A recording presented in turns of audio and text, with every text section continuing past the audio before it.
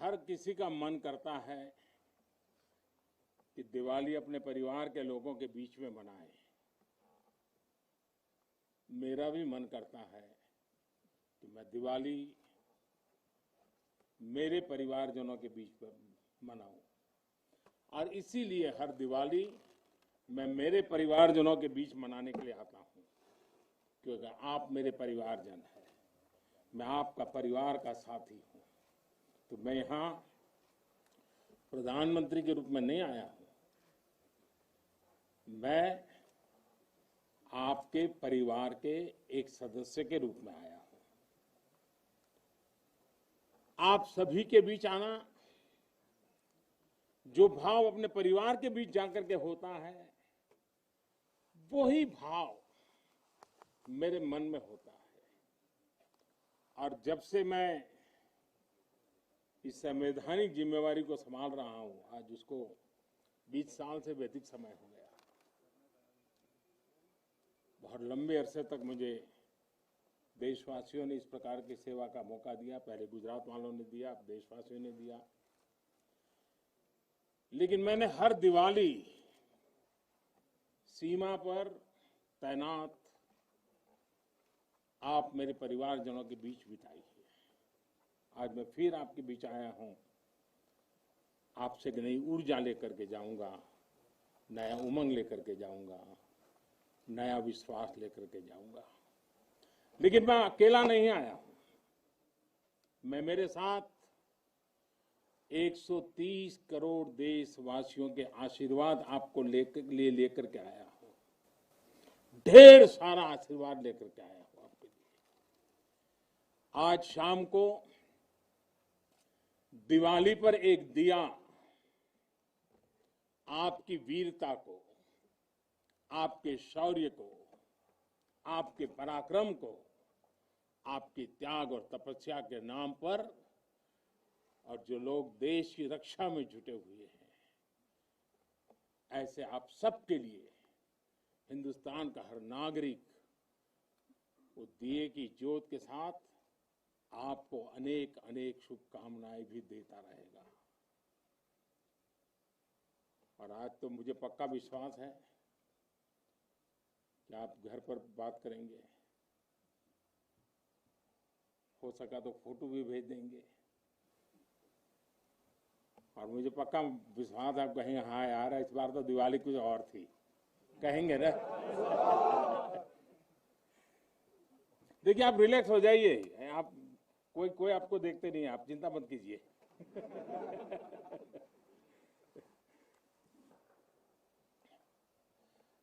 अच्छा आप ये भी बताएंगे ना कि मिठाई भी बहुत खाई थी? नहीं बताएंगे तो बोलो ना। साथियों, आज मेरे सामने देश के जो वीर हैं, देश की जो वीर बेटियां हैं, वो भारत मां की ऐसी सेवा कर रहे हैं जिसका सौभाग्य हर किसी को नहीं मिलता है। किसी किसी को ही मिलता है जो सौभाग्य आपको मिला है। मैं देख रहा हूं, मैं महसूस कर रहा हूं, आपके चेहरे के उन मजबूत भावों को मैं देख रहा हूं। आप संकल्पों से भरे हुए हैं, और यही आपके संकल्प, यही आपकी पराक्रम की पराकाष्ठा करने की भावनाएं, चाहे हिमालय हो, रेगिस्तान हो, बर्फीली चोटियां हो, गहरे पानी हो, कहीं पर भी आप लोग मां भारती का एक जीता जागता सुरक्षा कवच है। आपके सीने में वो जज्बा है जो 130 करोड़ देशवासियों को भरोसा होता है, वो चैन की नींद सो सकते हैं। आपके सामर्थ्य से देश में शांति और सुरक्षा एक निश्चिंतता होती है। एक विश्वास होता है। आपके पराक्रम की वजह से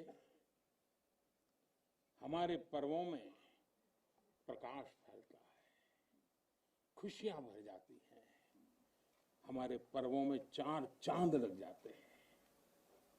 अभी दीपावली के बाद गोवर्धन पूजा, फिर भैया दूज और छठ पर्व भी बिल्कुल गिनती के दिनों में सामने आ रहा है। आपके साथ ही मैं सभी देशवासियों को नौशेरा की इस वीर वसुंधरा से इन सभी पर्वों के लिए देशवासियों को भी बहुत बहुत शुभकामनाएं देता हूं। देश के अन्य हिस्सों में बड़ी संख्या में लोग आज दिवाली का जब दूसरा दिन होता है तो नववर्ष की भी शुरुआत करते हैं। और हमारे यहाँ तो हिसाब किताब भी दिवाली से पूरा होता है और दिवाली के दूसरे दिन से शुरू होता है। खास करके गुजरात में कल नया साल होता है। तो मैं आज नौशेरा की इस वीर भूमि से गुजरात के लोगों को भी और जहां जहां नववर्ष मनाते हैं उन सबको भी अनेक अनेक मंगल कामनाएं उनके लिए देता हूं। साथियों, जब मैं यहां नौशेरा की पवित्र भूमि पर उतरा, यहां की मिट्टी का स्पर्श किया, तो एक अलग ही भावना, एक अलग ही रोमांच से मेरा मन भर गया। यहां का इतिहास भारतीय सेना की वीरता का जयघोष करता है। हर चोटी से वो जयघोष सुनाई देता है। यहां का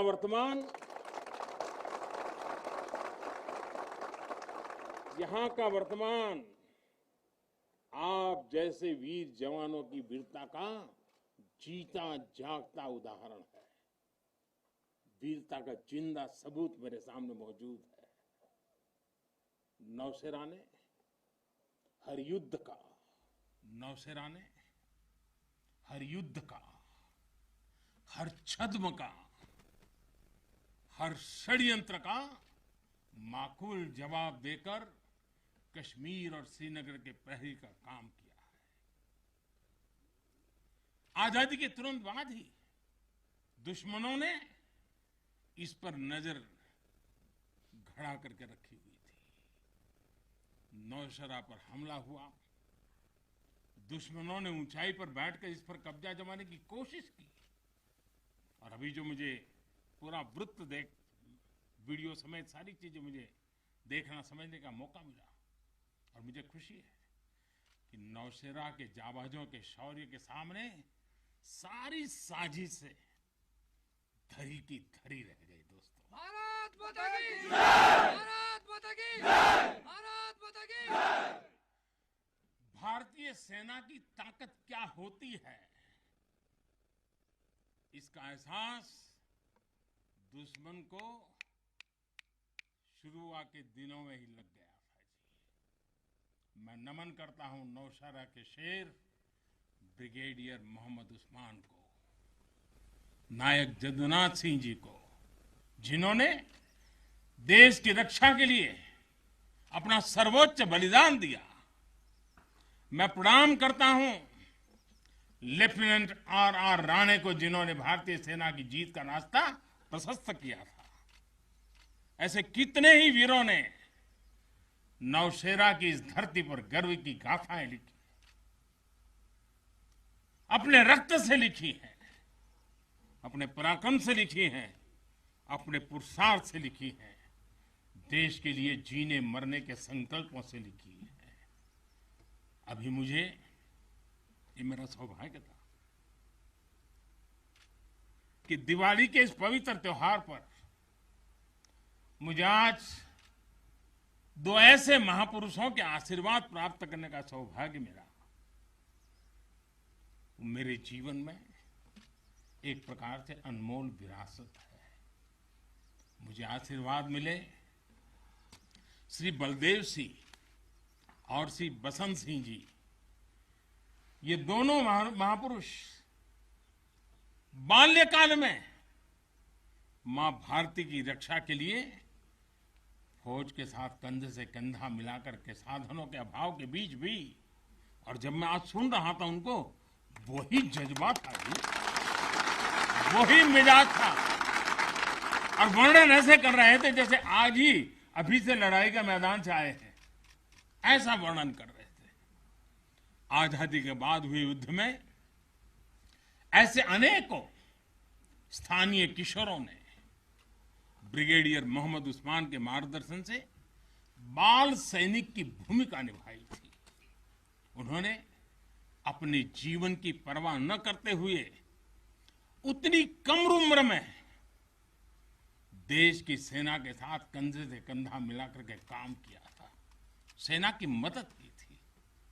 नौशेरा के शौर्य का ये सिलसिला तब से जो शुरू हुआ, न कभी रुका है, न कभी झुका है। यही तो नौशेरा है।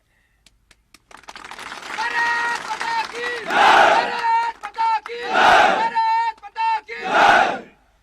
सर्जिकल स्ट्राइक में यहां की ब्रिगेड ने जो भूमिका निभाई, वो हर देशवासी को गौरव से भर देता है। और वो दिन तो मैं हमेशा याद रखूंगा, क्योंकि मैं कुछ तय किया था सूर्यास्त के पहले कि सब लोग लौट करके आ जाने चाहिए, और मैं हर पल फोन की घंटी पर टिकटिका के बैठा हुआ था कि आखिर से आखिर मेरा जवान पहुंच गया क्या, और कोई भी नुकसान किए बिना ये मेरे वीर जवान लौट करके आ गए, पराक्रम करके आ गए, सिद्धि प्राप्त करके आ गए। भारत माता की जय! भारत माता की जय! भारत माता की जय! सर्जिकल स्ट्राइक के बाद यहां अशांति फैलाने के अनगिनत कुत्सित प्रयास हुए, आज भी होते हैं, लेकिन हर बार आतंकवाद को मुंह तोड़ जवाब मिलता है। असत्य और अन्याय के खिलाफ इस धरती में एक स्वाभाविक प्रेरणा है, माना जाता है,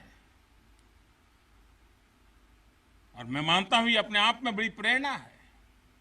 ऐसा माना जाता है कि पांडवों ने भी अज्ञातवास के दौरान अपना कुछ समय इसी क्षेत्र में व्यतीत किया था।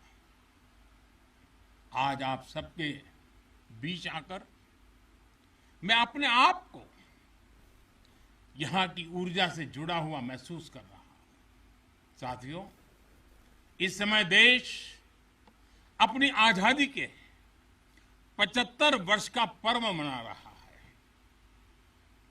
आजादी का अमृत महोत्सव गुलामी के लंबे कालखंड में असंख्य बलिदान देकर हमने ये आजादी हासिल की है।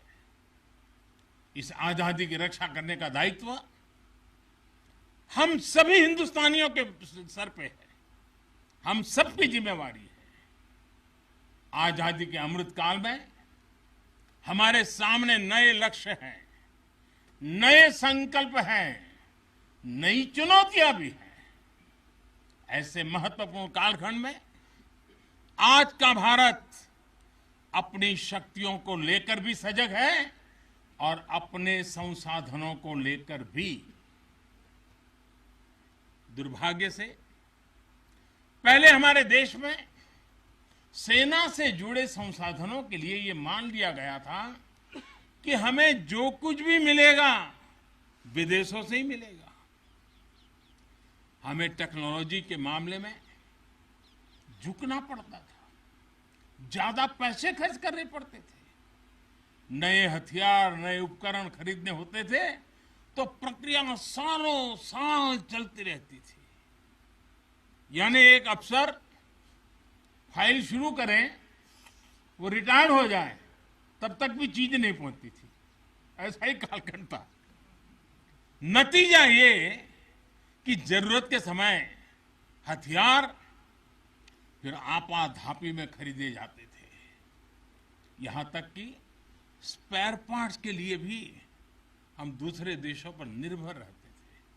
साथियों, डिफेंस सेक्टर में आत्मनिर्भरता का संकल्प उन पुरानी स्थितियों को बदलने का एक सशक्त मार्ग है।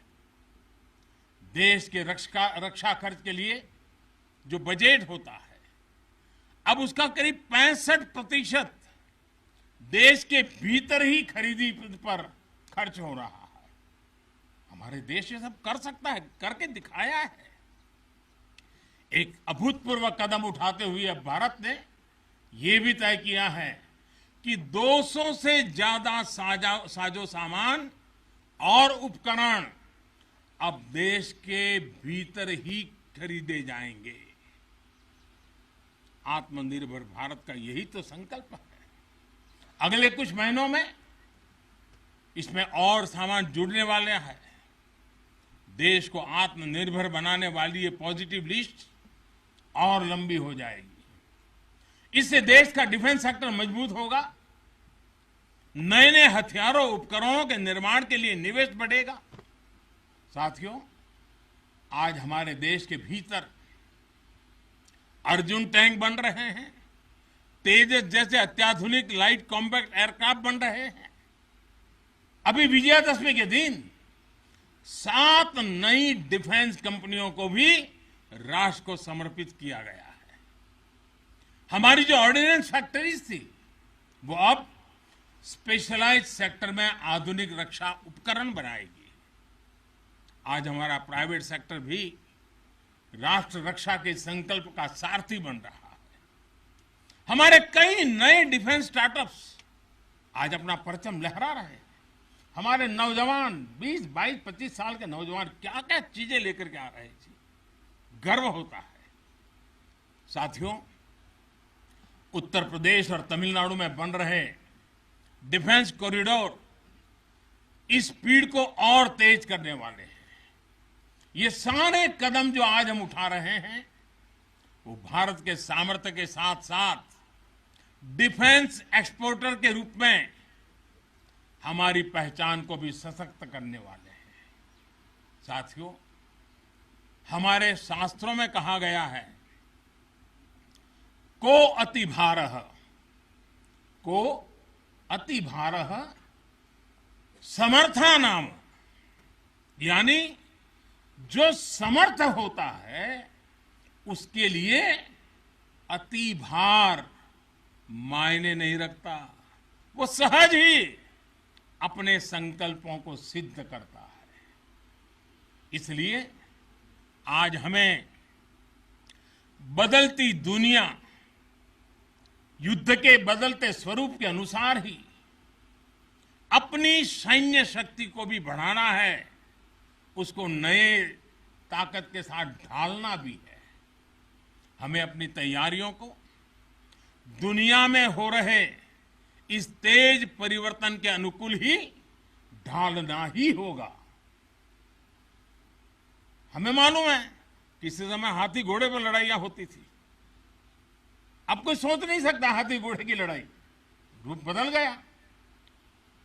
पहले शायद युद्ध के रूप बदलने में दशकों लग जाते होंगे, शताब्दियां लग जाती होगी। आज तो सुबह एक तरीका होगा तो शाम को दूसरा तरीका होगा लड़ाई का। इतनी तेजी से टेक्नोलॉजी अपनी जगह बना रही है। आज की युद्ध कला सिर्फ ऑपरेशंस के तौर तरीकों तक ही सीमित नहीं है।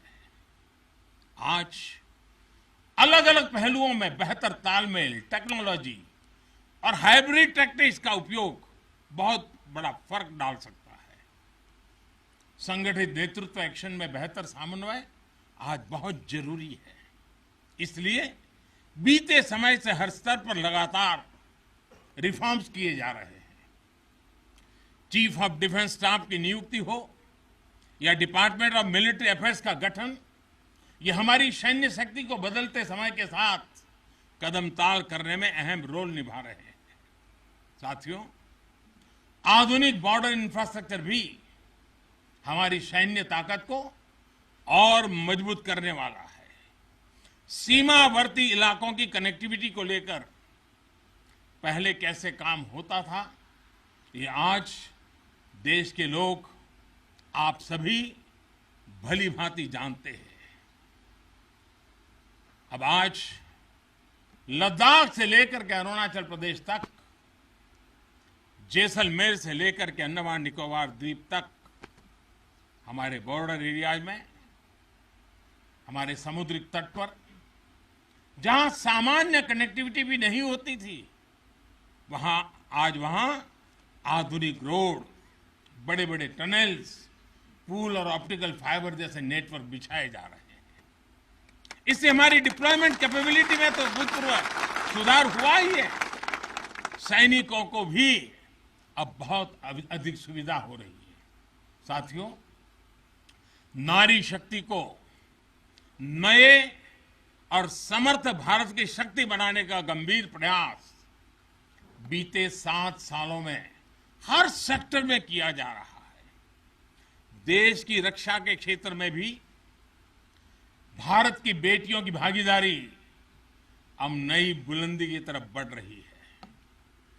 नेवी और एयरफोर्स में अग्रिम मोर्चों पर तैनाती के बाद अब आर्मी में भी महिलाओं की भूमिका का विस्तार हो रहा है।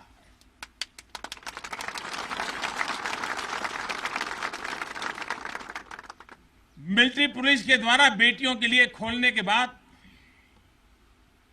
अब महिला अफसरों को परमानेंट कमीशन देना इसी भागीदारी के विस्तार का ही हिस्सा है।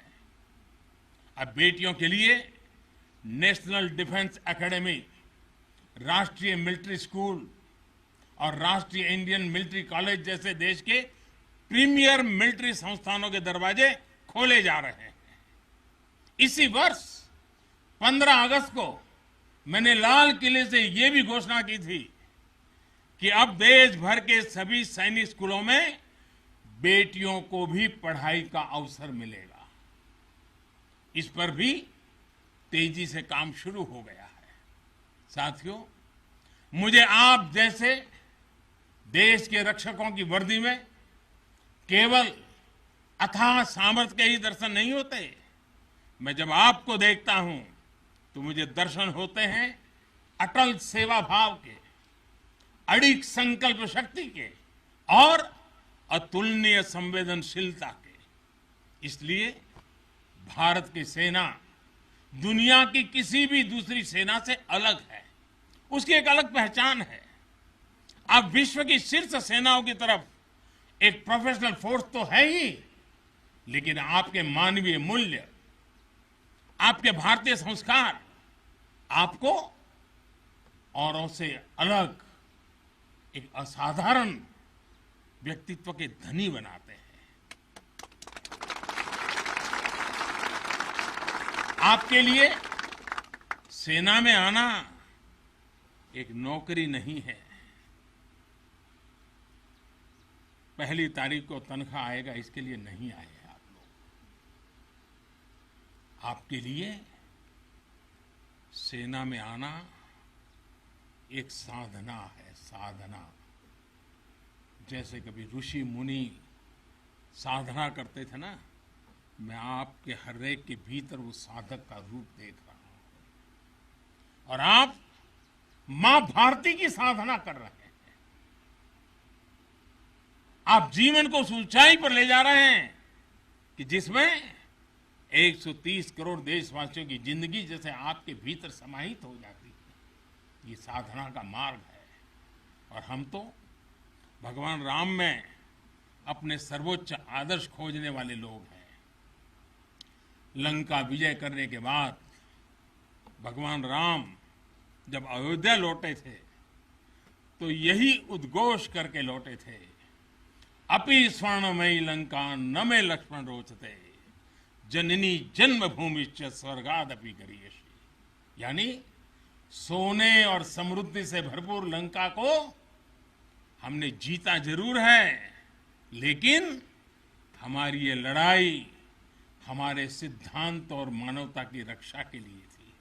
हमारे लिए तो हमारी जन्मभूमि हमारी है, हमें वहीं लौटकर उसी के लिए जीना है। भारत माता की जय, भारत माता की जय, भारत माता की जय। और इसलिए जब प्रभु राम लौटकर आए तो पूरी अयोध्या ने उनका स्वागत एक मां के रूप में किया। अयोध्या के हर नर नारी ने, यहां तक कि पूरे भारतवर्ष ने दिवाली का आयोजन कर दिया। यही भाव हमें औरों से अलग बनाता है। हमारी यही उदात्त भावना हमें मानवीय मूल्यों के उस अमर शिखर पर विराजमान करती हैं जो समय के कोलाहल में, सभ्यताओं के हलचल में भी अड़िग रहती है। इतिहास बनते हैं, इतिहास बिगड़ते हैं, सत्ताएं आती हैं, सत्ताएं जाती है, साम्राज्य आसमान छूते हैं, ढहते हैं, लेकिन भारत हजारों साल पहले भी अमर था। भारत आज भी अमर है और हजारों साल बाद भी अमर रहेगा। भारत माता की हम राष्ट्र को शासन, सत्ता और साम्राज्य के रूप में नहीं देखते। हमारे लिए तो ये साक्षात जीवंत आत्मा है। इसकी रक्षा हमारे लिए केवल भौगोलिक रेखाओं की रक्षा भर नहीं है। हमारे लिए राष्ट्र रक्षा का अर्थ है इस राष्ट्रीय जीवंतता की रक्षा, राष्ट्रीय एकता की रक्षा और राष्ट्रीय अखंडता की रक्षा। इसलिए हमारी सेनाओं में आकाश छूता शौर्य है तो उनके दिलों में मानवता और करुणा का सागर भी है। इसलिए हमारी सेनाएं केवल सीमाओं पर ही पराक्रम नहीं दिखाती। जब देश को जरूरत पड़ती है तो आप सब आपदा, विपदा, बीमारी, महामारी से देशवासियों की हिफाजत के लिए मैदान में उतर आते हैं। जहां कोई नहीं पहुंचे वहां भारत की सेनाएं पहुंचे। ये आज देश का एक अटूट विश्वास बन गया है।